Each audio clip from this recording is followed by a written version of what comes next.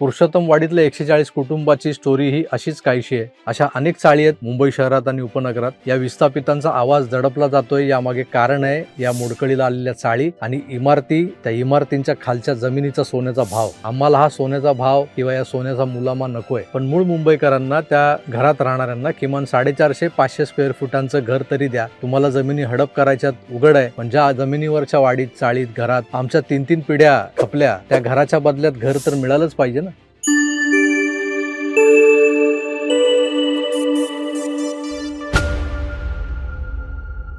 मे महिन्याच्या 26-27 तारखेला एक मुद्दा आपल्या मीडियामधून सगळ्यात जास्त चालवला गेला. सलग 2 दिवस हा टॉपिक TRPच्या बाबतीत नंबर 1 बनला होता. तो दादरच्या प्रभादेवी सिद्धिविनायक मंदिरामागच्या पुरुषोत्तम वाडीचा विषय घेऊन बोलताना दिसत होता. हक्काचं घर तोडलं म्हणून जवळपास 140 कुटुंब बेघर झाल्याचं आपण ऐकलं. हे लोक घरं नाहीत तर राहणार कुठे, असा एक प्रश्नही मनात डोकावला होता. दरमहा 15 ते 20 हजार रुपये कमवणारे चाकरमानी हक्काच्या घराअभावी भाड्याच्या घरात राहायला जायचं म्हटलं तरी जाऊ शकत नाहीत, कारण या भागातल्या घराचं भाडं जे आहे ते सर्वसामान्यांना परवडण्यापलीकडचं आहे.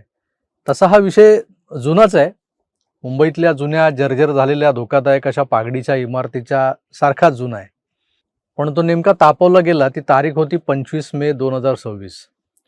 पुरुषोत्तम वाडीजवळ जे सिद्धिविनायक मंदिर आहे, त्या मंदिराच्या परिसराच्या विकास कामाचं उद्घाटन करायला इथं CM आणि दोन्ही DCM येणार होते. त्याआधी बाजूच्याच रवींद्र नाट्य मंदिरात भारतीय जनता पक्षाचा एक कार्यक्रम होता, तिथं CM येणार होते. मग या लोकांसमोर तमाशा व्हावा, म्हणजे किमान हे लोक दखल तरी घेतील या दुखण्याची, असं ठरलं होतं.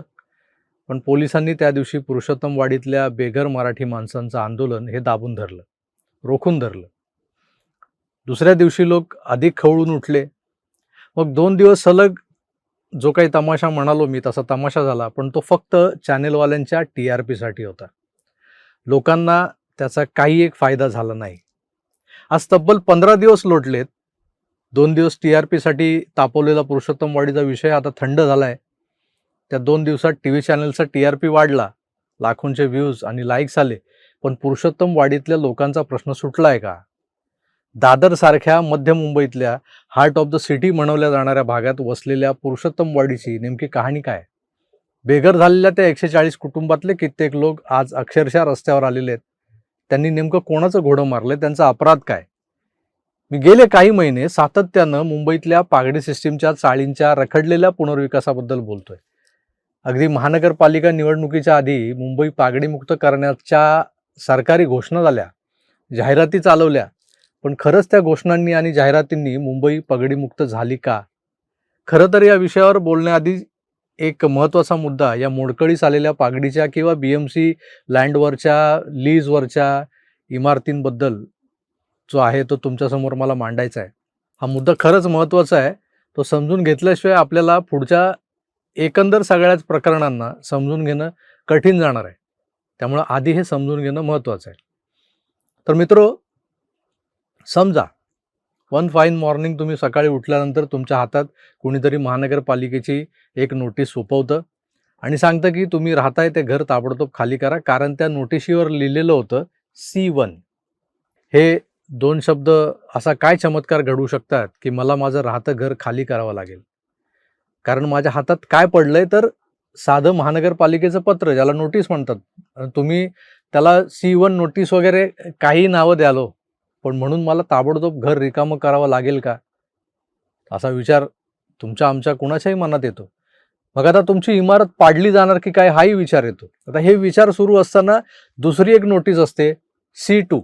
जर काही C2 नोटीस आली तर त्याचा अर्थ नेमका काय होतो? तर गोंधळलात ना तुम्ही, कुणीही गोंधळेल. सर्वसामान्य माणसाला काय या सगळ्या नियम आणि या सगळ्या गोष्टी माहिती असतात. आपल्यापैकी बरेच जण हे मुंबईच्या उपनगरात मालकी हक्काच्या घरात राहतो, फ्लॅट सिस्टीममध्ये. पण मुंबई शहरात दादर, गिरणगाव, लालबाग, परळ ते अगदी गिरगाव, कुलाब्यापर्यंत या BMC लँडवरच्या 100 वर्षाहूनही अधिकच्या, म्हणजे जुन्या झालेल्या चाळी आहेत, इमारती आहेत. त्यातल्या काही पागडी सिस्टीमच्या आहेत. कोट्यावधींच्या जमिनीवर उभ्या असलेल्या या इमारती आणि त्यांचे जे जागा मालक आहेत, त्या जागा मालकांना त्या घरात राहणाऱ्या भाडेकरूंकडून 200-500 रुपयांचं नाममात्र भाडं मिळत असल्यानं ते काही त्या इमारतीच्या देखभालीकडे, मेंटेनन्सकडे गांभीर्यानं बघतच नाहीत. मग अशा जरा जर्जर झालेल्या इमारतीवर एखाद्या बेसावध क्षणी काळाचा घाला पडतो, इमारत कोसळते, आतले रहिवासी हकनाक जीवाला मुकतात. वर्तमानपत्रात बातमी छापून येते, 100 मरे 200 घायल. ठरलेलं आहे. या मोडकळीस आलेल्या डिलॅपिडेटेड बिल्डिंग्सना संबंधित अथॉरिटी म्हणजे BMC, म्हाडा, रिपेअर बोर्ड या अशा नोटिशी जारी करतं आणि घरं खाली करायला लावतं. या नोटिशींमध्येही काही प्रकार आहेत. ते म्हणजे C1, C2.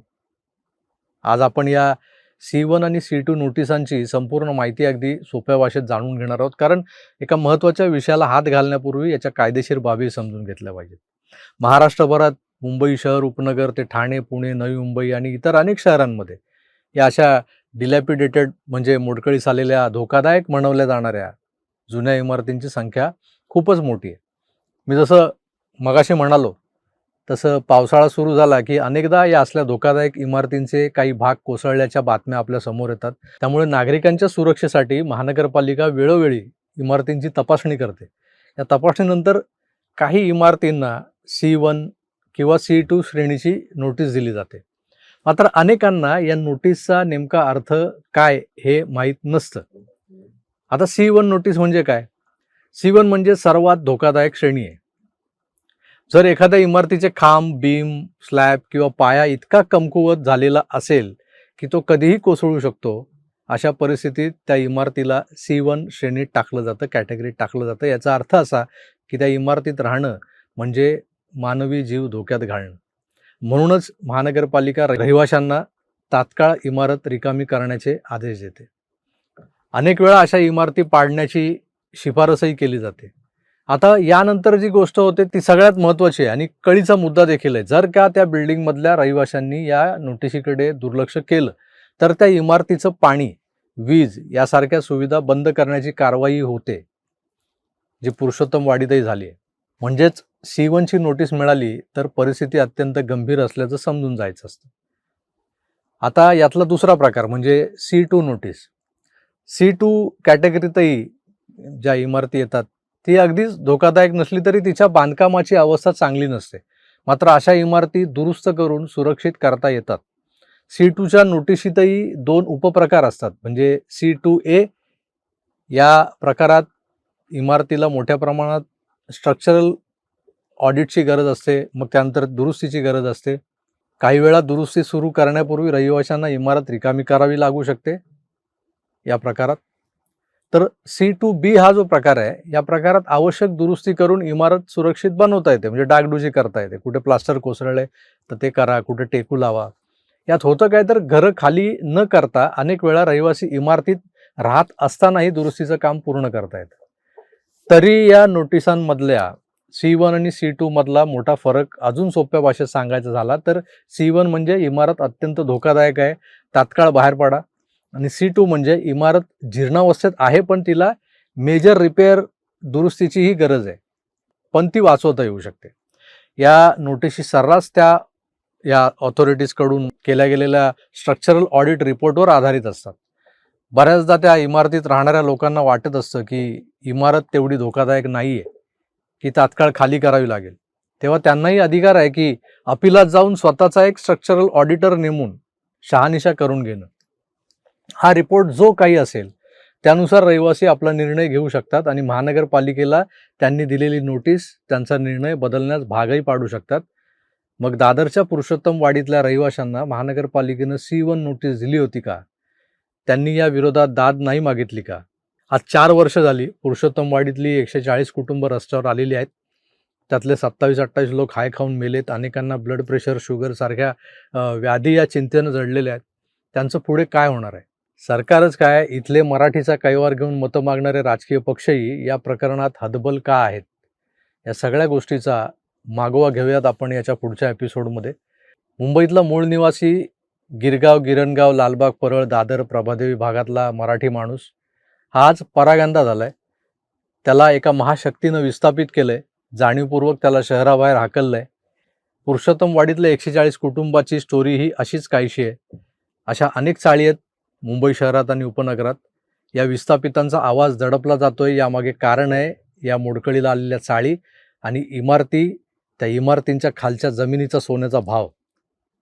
आम्हाला हा सोन्याचा भाव किंवा या सोन्याचा मुलामा नको आहे, पण मूळ मुंबईकरांना, त्या घरात राहणाऱ्यांना किमान 450-500 स्क्वेअर फुटांचं घर तरी द्या. तुम्हाला जमिनी हडप करायच्यात उघड आहे, पण ज्या जमिनीवरच्या वाडीत, चाळीत, घरात आमच्या 3-3 पिढ्या खपल्या, त्या घराच्या बदल्यात घर तर मिळालंच पाहिजे ना. मित्रो, हे काय राजकीय विश्लेषण वगैरे नाही आहे किंवा गुगल बाबाचा क्लासही नाही आहे जनरल नॉलेज देणारा. तर हा एक लढा आहे. काही जण रस्त्यावर लढतायत, काही जण न्यायालयात लढतायत.